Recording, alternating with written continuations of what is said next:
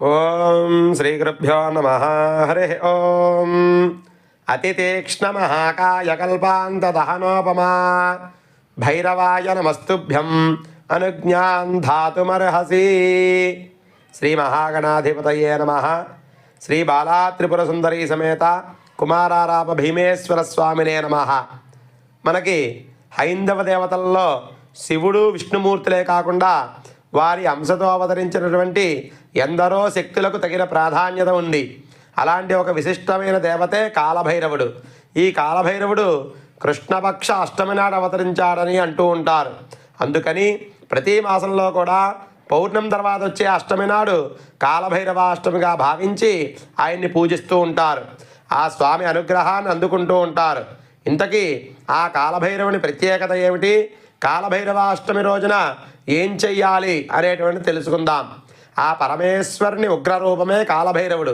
కొందరి నమ్మకం ప్రకారం సృష్టి స్థితి లయలు మూడింటికి కూడా ఆ కాలభైరవుడే కారణం. దుష్టులను సంహరించడం కోసము, సమస్యలను నిర్వీర్యం చేయడం కోసమే ఆయన ఉగ్రరూపం ధరించారని చెబుతూ ఉంటారు. ఒక సమయంలో ఆ బ్రహ్మదేవుడు త్రిమూర్తులందరిలోకి కూడా తానే గొప్పవాడిని భావించాడట. తనకి బ్రహ్మ విద్య తెలుసు కాబట్టి, జీవులను సృష్టిస్తాను కాబట్టి తనే అధికుడని గర్వించాడట. ఆ గర్వంలోనే ఆ మహాశివుణ్ణి చులకనగా చూశాడు. దాంతో పరమేశ్వరుడు కోపించి కాలభైరవుణ్ణి సృష్టించాడు.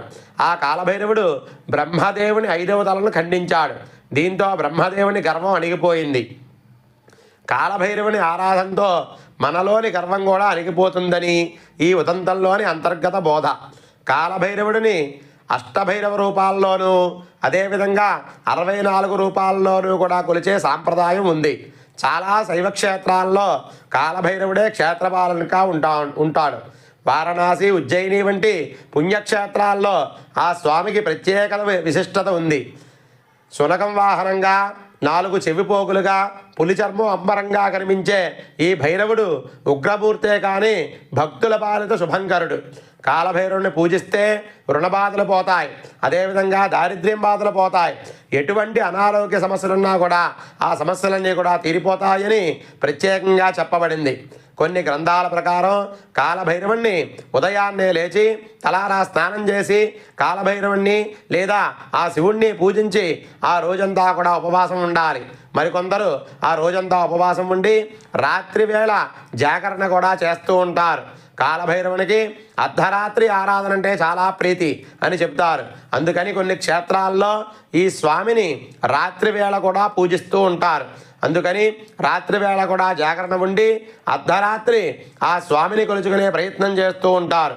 ఈ రోజున కాలభైరవుడు ఉన్న గుడికి వెళ్ళి అక్కడ స్వామిని నేతి దీపాలు వెలిగించి కళాఖండం నైవేద్యం చేసినచో అందరికీ కూడా మంచి జరుగుతుంది.